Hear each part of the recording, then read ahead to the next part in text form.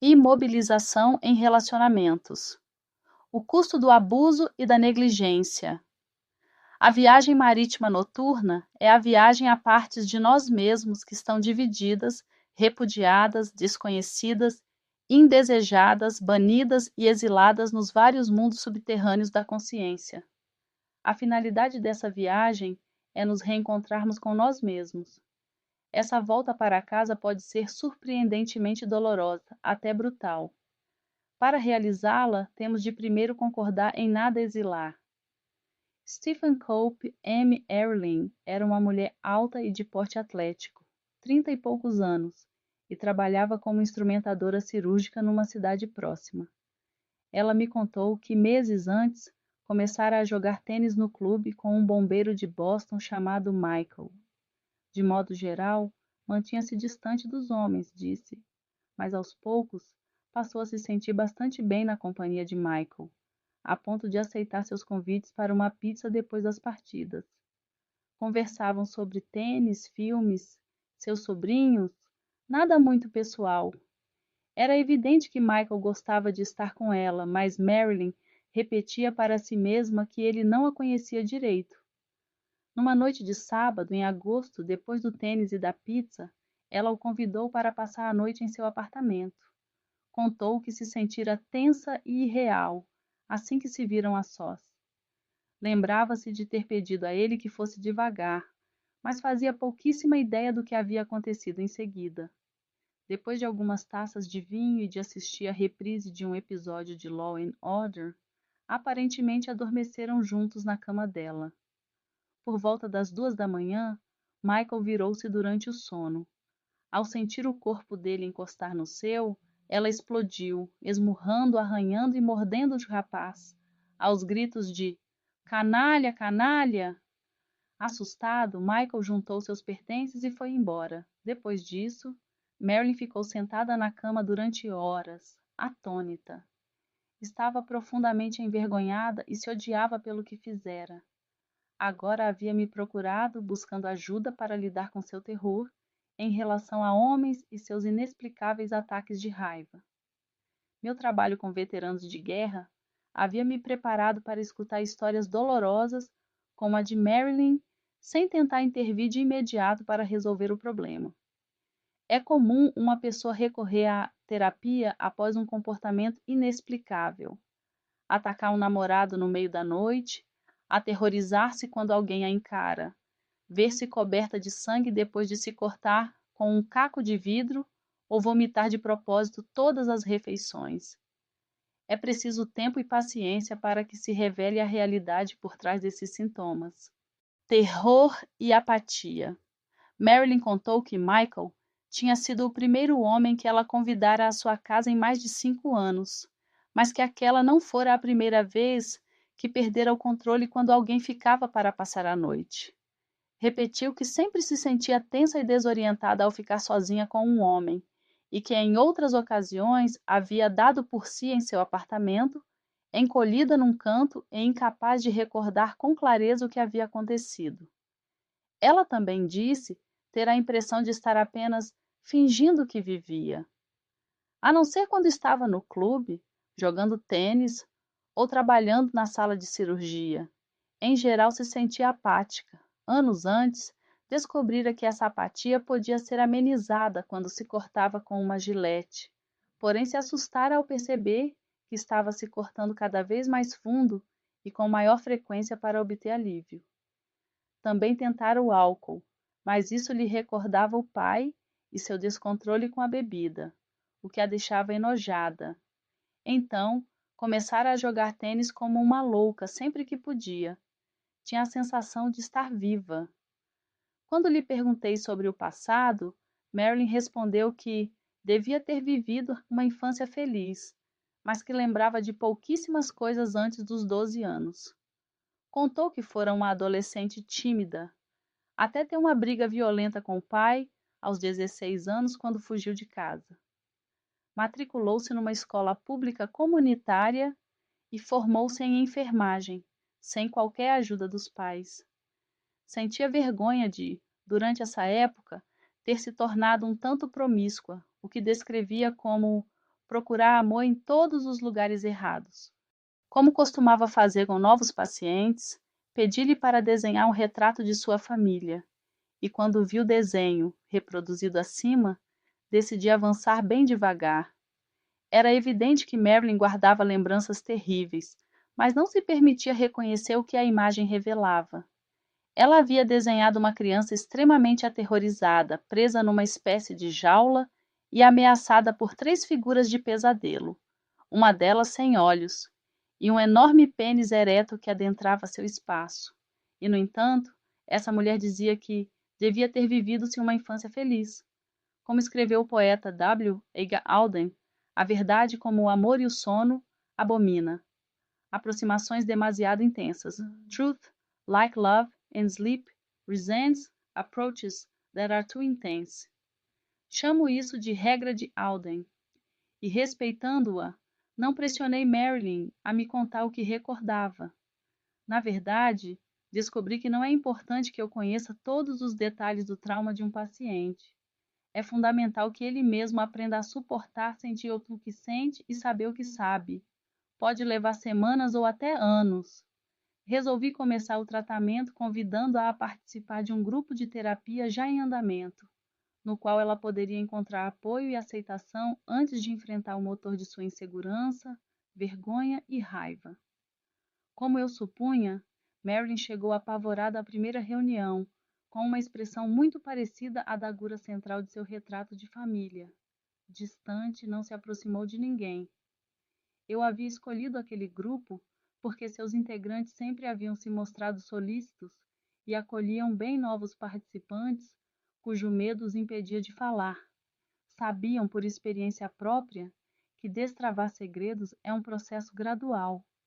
Dessa vez, entretanto, eles me surpreenderam, fazendo tantas perguntas intrometidas sobre a vida amorosa de Marilyn que me lembrei da menina do desenho sendo atacada. Foi quase como se, sem querer, Marilyn tivesse pedido que o grupo revivesse seu passado traumático. Intervim para ajudá-la a impor certos limites, e ela começou a ficar mais à vontade. 3 meses depois, Marilyn contou que havia tropeçado e caído algumas vezes na calçada entre o metrô e o consultório. Temia que sua visão estivesse ficando ruim, porque havia algum tempo também vinha errando várias bolas ao jogar tênis. Lembrei de novo do desenho da criança assustada, de olhos esbugalhados e aterrorizada. Seria um tipo de reação de conversão que leva alguns pacientes a expressar seus conflitos, perdendo a função de uma parte do corpo? Muitos soldados nas 2 guerras mundiais haviam sofrido paralisias que não podiam ser atribuídas a lesões físicas, e eu vira casos de cegueira histérica no México e na Índia. Ainda assim, como médico, eu não estava inclinado a concluir, sem maiores dados, que isso estava dentro da cabeça dela. Encaminhei-a a colegas da enfermaria de oftalmologia e otorrinolaringologia, pedindo-lhes exames rigorosos. Semanas depois, recebi os resultados. Marilyn tinha lúpus eritematoso na retina, doença autoimune que estava acabando com sua visão e precisava de tratamento urgente. Fiquei consternado. Naquele ano, ela era a terceira pessoa que, segundo eu suspeitava, tinha um histórico de incesto e recebia um diagnóstico de doença autoimune, uma doença em que o corpo ataca a si mesmo. Depois de me certificar de que Marilyn estava recebendo assistência médica adequada, consultei 2 colegas do Hospital Geral de Massachusetts, o psiquiatra Scott Wilson e o diretor do laboratório de imunologia Richard Cradin. Contei-lhes a história dela, mostrei-lhes o desenho e pedi que colaborassem no estudo. Eles generosamente se dispuseram a contribuir com seu tempo e as despesas vultosas de exames imunológicos adicionais. Recrutamos 12 mulheres com histórico de incesto que não estavam tomando nenhuma medicação, além de outras 12 que nunca tinham passado por traumas e também não tomavam medicamentos. Um grupo de controle surpreendentemente difícil de formar. Marilyn não fazia parte do estudo. Em geral, não pedimos a nossos pacientes clínicos que participem de nossas iniciativas de pesquisa. Completado o estudo e analisados os dados, Rich disse que o grupo de vítimas de incesto apresentava uma proporção anormal de células de CD 45RA e RO, em comparação com o grupo de não traumatizadas. As células CD45 são as células de memória do sistema imunológico. Algumas delas, as chamadas células RA, foram ativadas por exposição a toxinas no passado e reagem com rapidez a ameaças ambientais que já enfrentaram.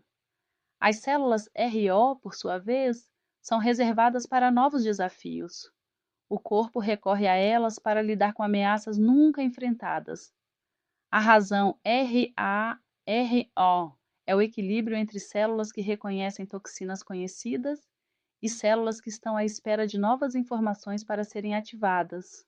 Em pacientes com histórico de incesto, o número de células RA prontas para entrar em ação é maior que o normal. Em decorrência disso, o sistema imunológico fica supersensível a ameaças, o que o predispõe a montar uma defesa quando não é preciso, mesmo que signifique atacar as células do próprio corpo. Nosso estudo mostrou que, num nível profundo, o corpo da vítima de incesto tem dificuldade para distinguir entre perigo e segurança, ou seja, a marca do trauma passado não consiste apenas em percepções distorcidas de informações que vêm do exterior. O próprio organismo não sabe como se sentir em segurança. O passado está gravado não só na mente das vítimas e em interpretações errôneas de fatos corriqueiros, como aconteceu quando Marilyn atacou Michael porque ele a tocou sem querer enquanto dormia, como também no próprio núcleo do ser de cada uma dessas vítimas, na segurança de seu corpo. Um mapa mundi rasgado, como as pessoas aprendem o que é ou não seguro, o que é interior e o que é exterior, a que se deve resistir e o que se pode aceitar. A melhor maneira de entender o impacto do abuso infantil e da negligência é ouvindo o que pessoas como Marilyn podem nos ensinar. Ao conhecê-la melhor, compreendi claramente que ela desenvolvera uma maneira peculiar de perceber como o mundo funciona. Quando crianças, estamos no centro de nosso universo e interpretamos tudo o que acontece de uma perspectiva egocêntrica. Nossos pais e avós não param de dizer que somos as coisas mais engraçadinhas e lindas do mundo, e não contestamos a avaliação deles. Devemos ser mesmo. E no fundo, seja o que for que venhamos a saber sobre nós, levaremos conosco essa ideia. Somos adoráveis. E ficamos indignados se mais tarde nos ligamos a alguém que nos trata mal. Como assim? Não nos parece certo. Não nos é familiar, não é como era em nossa casa. Entretanto, se fomos maltratados ou ignorados quando bebês, ou se crescemos numa família em que a sexualidade era vista com repulsa, nosso mapa interior contém uma mensagem diferente. A percepção do self é marcada por desprezo e humilhação, e o mais provável é pensar que ele ou ela sabe muito bem como é que eu sou, e não protestar se somos maltratados. O passado de Marilyn moldava sua visão de todos os relacionamentos. Ela estava convencida de que os homens não davam a mínima para os sentimentos alheios e conseguiam tudo o que queriam. Tampouco as mulheres mereciam confiança. Fracas demais para se defender, vendiam o corpo a fim de que os homens cuidassem delas. Se você enfrentasse dificuldades, elas não levantavam um dedo para ajudar. Essa visão de mundo se manifestava na forma como Marilyn tratava os colegas de trabalho. Suspeitava das intenções de qualquer um que fosse amável com ela e criticava-o se cometessem o mais leve desvio em relação às normas de enfermagem. Com relação a si mesma, considerava-se uma semente ruim, uma pessoa essencialmente tóxica que trazia o mal para quem a cercava. Até então, eu costumava censurar pessoas que pensavam como Marilyn e tentava ajudá-las a encarar o mundo de maneira mais positiva e flexível. Um dia, porém, uma paciente, Kathy, me corrigiu. Uma moça do grupo tinha chegado atrasada porque seu carro enguiçara, e Kathy, de imediato, assumiu a culpa. Na semana passada vi que seu carro estava prestes a enguiçar, Eu sabia que devia ter lhe oferecido uma carona. Sua autocrítica foi num crescendo até chegar ao ponto de, minutos depois, ela se declarar responsável pelo abuso sexual de que fora vítima. Eu fui a culpada. Tinha 7 anos e adorava meu pai. Queria que ele me amasse e fiz o que ele queria que eu fizesse. Foi tudo culpa minha. Quando intervim para apaziguá-la, dizendo: ora, vamos, você era apenas uma garotinha. Cabia a seu pai manter os limites. Cash voltou-se para mim. Sabe, Bessel, ela disse, entendo que para você é importante ser um bom terapeuta. Por isso, quando você faz comentários idiotas como esse, em geral, eu lhe agradeço muito. Afinal de contas, sou uma sobrevivente de incesto. Fui treinada para atender às necessidades de homens adultos inseguros. Mas acho que, depois de 2 anos, confio em você o suficiente para lhe dizer que esses seus comentários me fazem sentir muito mal. É verdade. Eu me culpo, instintivamente, por tudo de ruim que acontece às pessoas que me cercam. Sei que não é racional e me sinto mesmo idiota por agir assim, mas é o que eu faço. Quando você tenta me convencer a ser mais sensata, eu me sinto ainda mais solitária e isolada.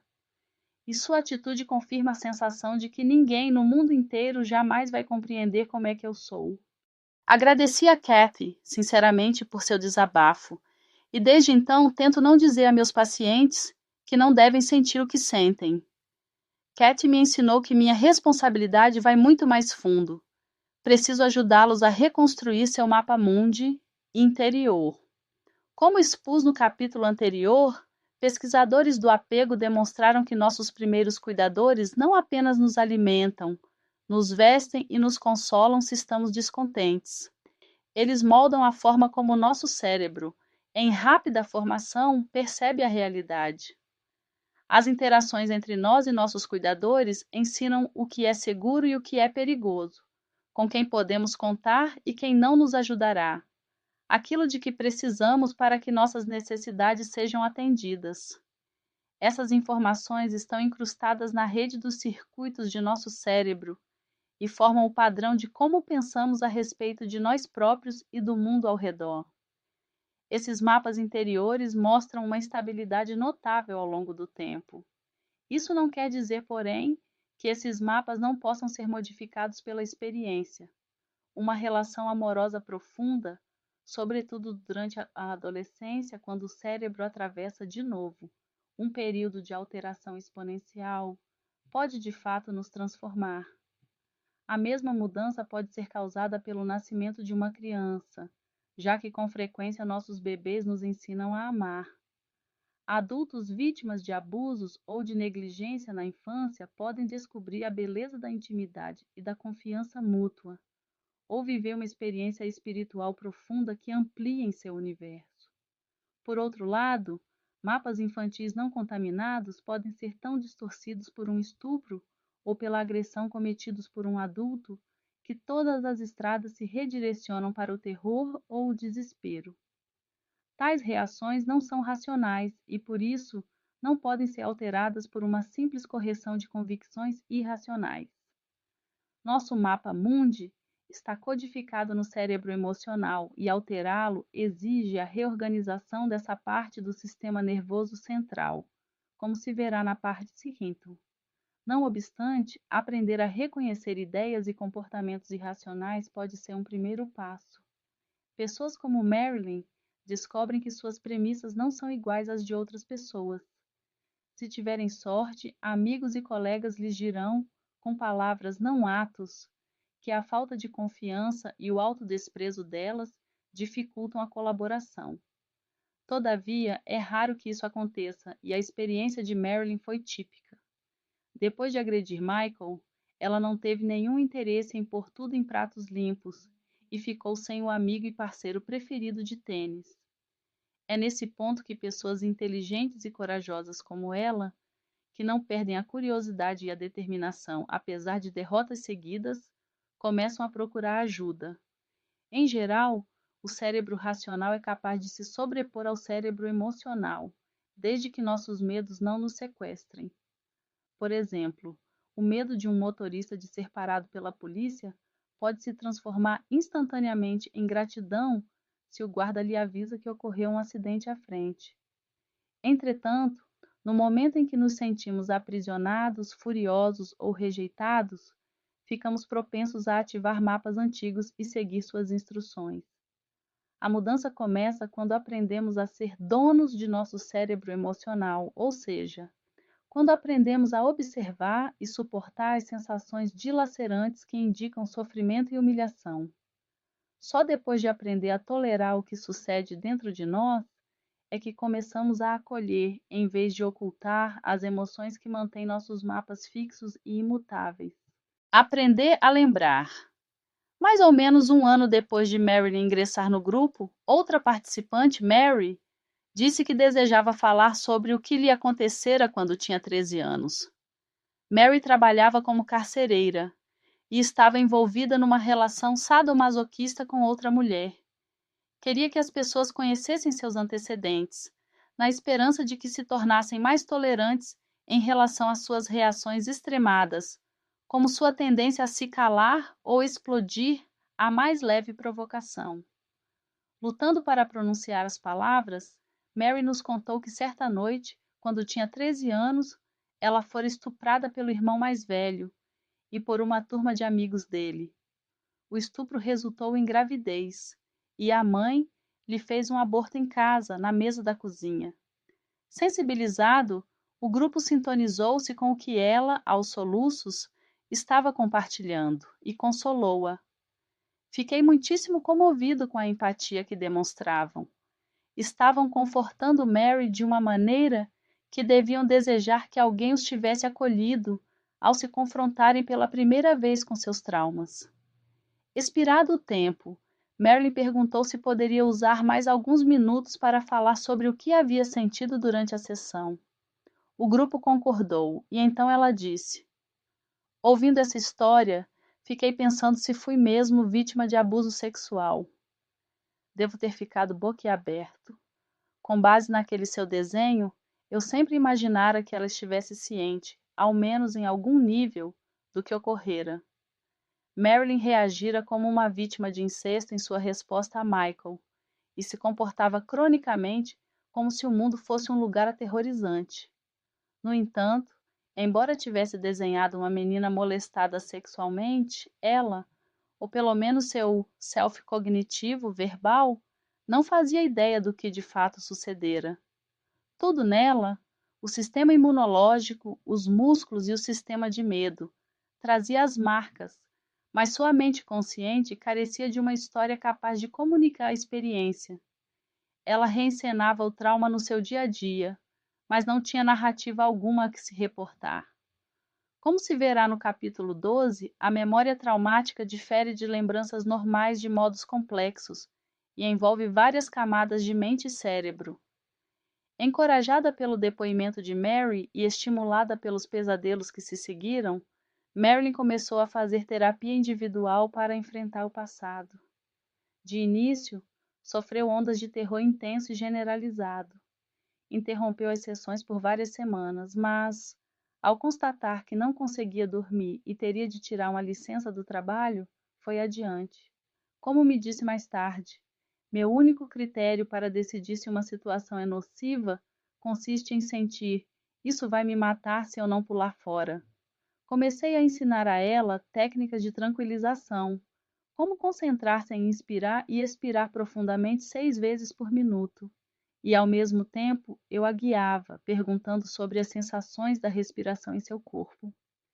Esse exercício se combinava com batidinhas em pontos de acupuntura, o que a ajudava a se acalmar. Trabalhamos também com atenção plena. Aprender a manter a mente viva enquanto permitia que o corpo sentisse o que ela passara a temer. Aos poucos levou Marilyn a conseguir observar sua experiência, em vez de ser imediatamente sequestrada por suas sensações.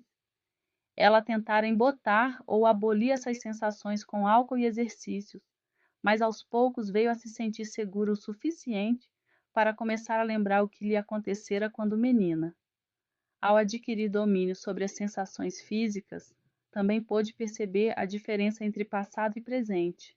Agora, se sentisse a perna de alguém roçar a sua de noite, poderia reconhecê-la como a perna de Michael, a perna do belo parceiro de tênis que ela convidara para ir a seu apartamento. A perna não era de nenhuma outra pessoa, e seu toque não significava que alguém estivesse tentando molestá-la. Permanecer imóvel permitiu-lhe saber de maneira plena, física, que era uma mulher de 34 anos, não uma menininha. Quando Marilyn, por fim, começou a ter acesso às suas memórias, elas surgiram como flashbacks do papel de parede em seu quarto de menina. Ela compreendeu que foi nesse papel de parede que ela, aos 8 anos, se concentrara enquanto o pai a violentava. O estupro a aterrorizara, além de sua capacidade de tolerância, de modo que fora obrigada a expulsar aquilo de seu banco de memórias. Afinal de contas, teria de continuar vivendo com esse homem, seu pai, que a estuprara. Lembrava ter procurado a mãe em busca de proteção, mas só recebeu um abraço frouxo ao correr para ela e se esconder com o rosto enterrado em sua saia. Às vezes, a mãe ficava em silêncio, às vezes chorava, e zangada repreendia Marilyn por deixar papai tão chateado. A criança aterrorizada não achava ninguém que a protegesse, que lhe desse ânimo ou abrigo. Como Roland Summit escreveu em seu clássico estudo E Child Sexual Abuse Accommodation Syndrome, Síndrome da acomodação ao abuso sexual infantil. A iniciação, a intimidação, a estigmatização, o isolamento, o desamparo e a autorrecriminação baseiam-se numa terrível realidade de abuso sexual infantil.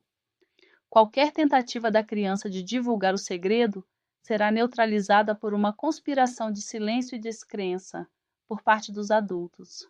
Não pense nisso. É uma coisa que nunca aconteceria em nossa família. Como é que você pode pensar uma coisa tão horrível? Nunca mais me venha com uma história dessas de novo. Normalmente a criança nunca pergunta e nunca conta. Depois de 40 anos como terapeuta, de vez em quando ainda me pego dizendo não pode ser ao ouvir certos pacientes. Às vezes, eles ficam tão incrédulos quanto eu. Como foi possível que figuras parentais infligissem tal tortura e terror ao próprio filho? Alguns continuam insistindo. Certamente imaginaram a experiência ou estão exagerando. Todos sentem vergonha do que lhes aconteceu e se recriminam. Culpam a si mesmos. Num certo nível, acreditam piamente que essas coisas horríveis lhes foram feitas porque eles são pessoas horríveis. A seguir, Marilyn começou a analisar como a criança impotente aprendera a se bloquear por completo e aquecer a tudo o que lhe era pedido. Para tanto, ela desaparecia. A partir do momento em que ouvia os passos do pai no corredor, chegando a seu quarto, ela punha a cabeça nas nuvens.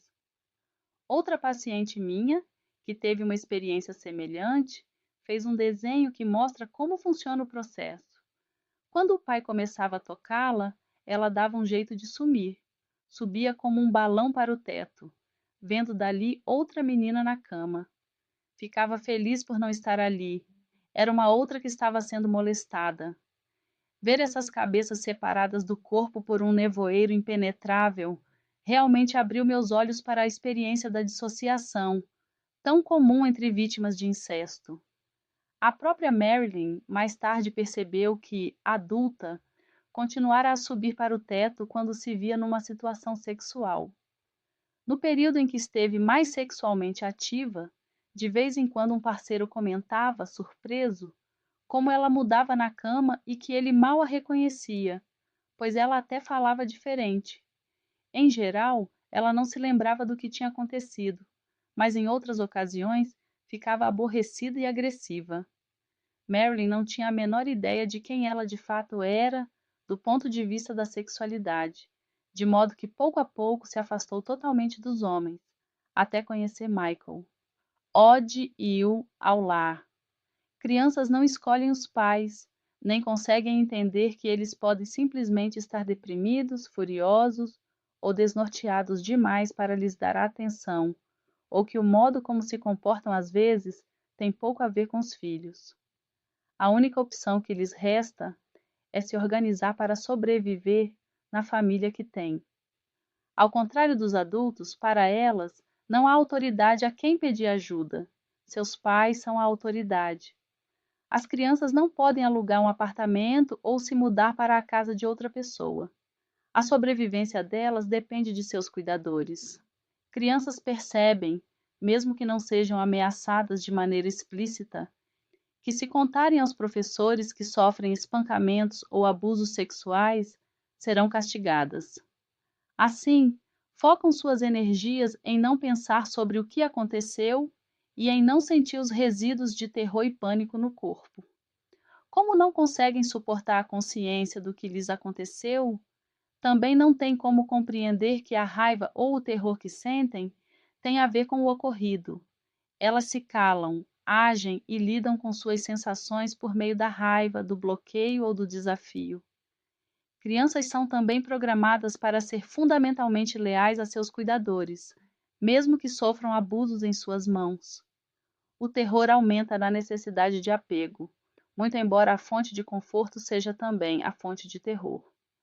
Nunca vi uma criança com menos de 10 anos que, mesmo sofrendo torturas em casa, apresentando marca dos maus tratos como fraturas e queimaduras, não preferisse permanecer com a família em vez de ser direcionada para um lar de acolhimento. É claro que se agarrar ao abusador não é uma escolha exclusiva de crianças. Reféns já pagaram fiança para libertar seus sequestradores? Já manifestaram o desejo de se casar ou se envolveram sexualmente com eles. Vítimas de violência doméstica muitas vezes procuram proteger quem as maltrata. Com frequência, juízes me contam o quanto se sentem frustrados quando, depois de expedirem ordens de restrição para proteger vítimas de violência doméstica, descobrem que muitas delas permitem em segredo que seus parceiros voltem para casa. Marilyn levou muito tempo até se dispor a falar do abuso de que fora vítima. Não estava pronta para violar sua lealdade à família. No fundo, achava que ainda precisava dela para se proteger de seus medos. O preço dessa lealdade são sensações intoleráveis de solidão, desespero e a inevitável raiva da impotência. A raiva que não tem alvo é direcionada contra o self, na forma de depressão, ódio a si mesmo e comportamentos autodestrutivos. Uma de minhas pacientes disse: é como odiar sua casa, sua cozinha com suas panelas e caçarolas, sua cama, suas cadeiras, sua mesa, seus tapetes.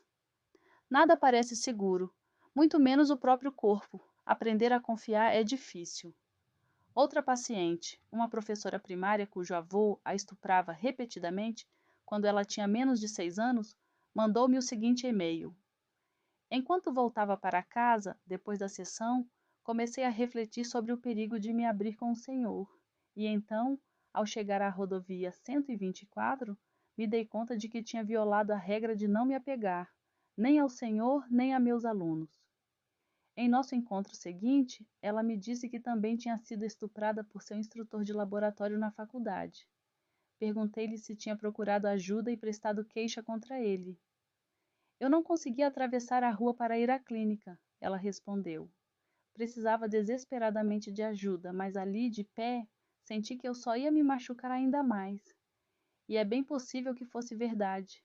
É claro que tive de esconder de meus pais e de todo mundo o que tinha acontecido. Depois que lhe falei de minha preocupação com o que estava havendo com ela, recebi outro e-mail. Estou tentando lembrar a mim mesma que não fiz nada para merecer esse tratamento. Não acho que alguém, algum dia, tenha olhado para mim desse jeito e dito que se preocupava comigo, e estou me agarrando a isso como a um tesouro. A ideia de que mereço ser motivo de preocupação de alguém que respeito e que compreende o quanto estou lutando.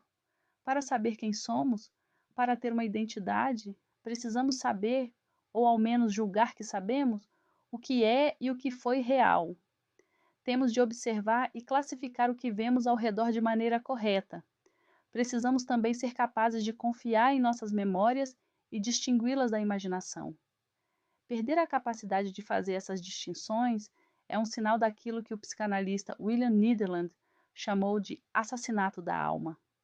Apagar a consciência e cultivar a negação São muitas vezes medidas essenciais para a sobrevivência, mas há um preço. Perde-se o rastro de quem se é, do que se está sentindo e das pessoas em que se pode confiar. A reprodução do trauma. Uma lembrança do trauma de infância de Marilyn lhe ocorreu num sonho em que ela se sentia sufocar e não conseguia respirar. Uma toalhinha de chá, branca, envolvia suas mãos.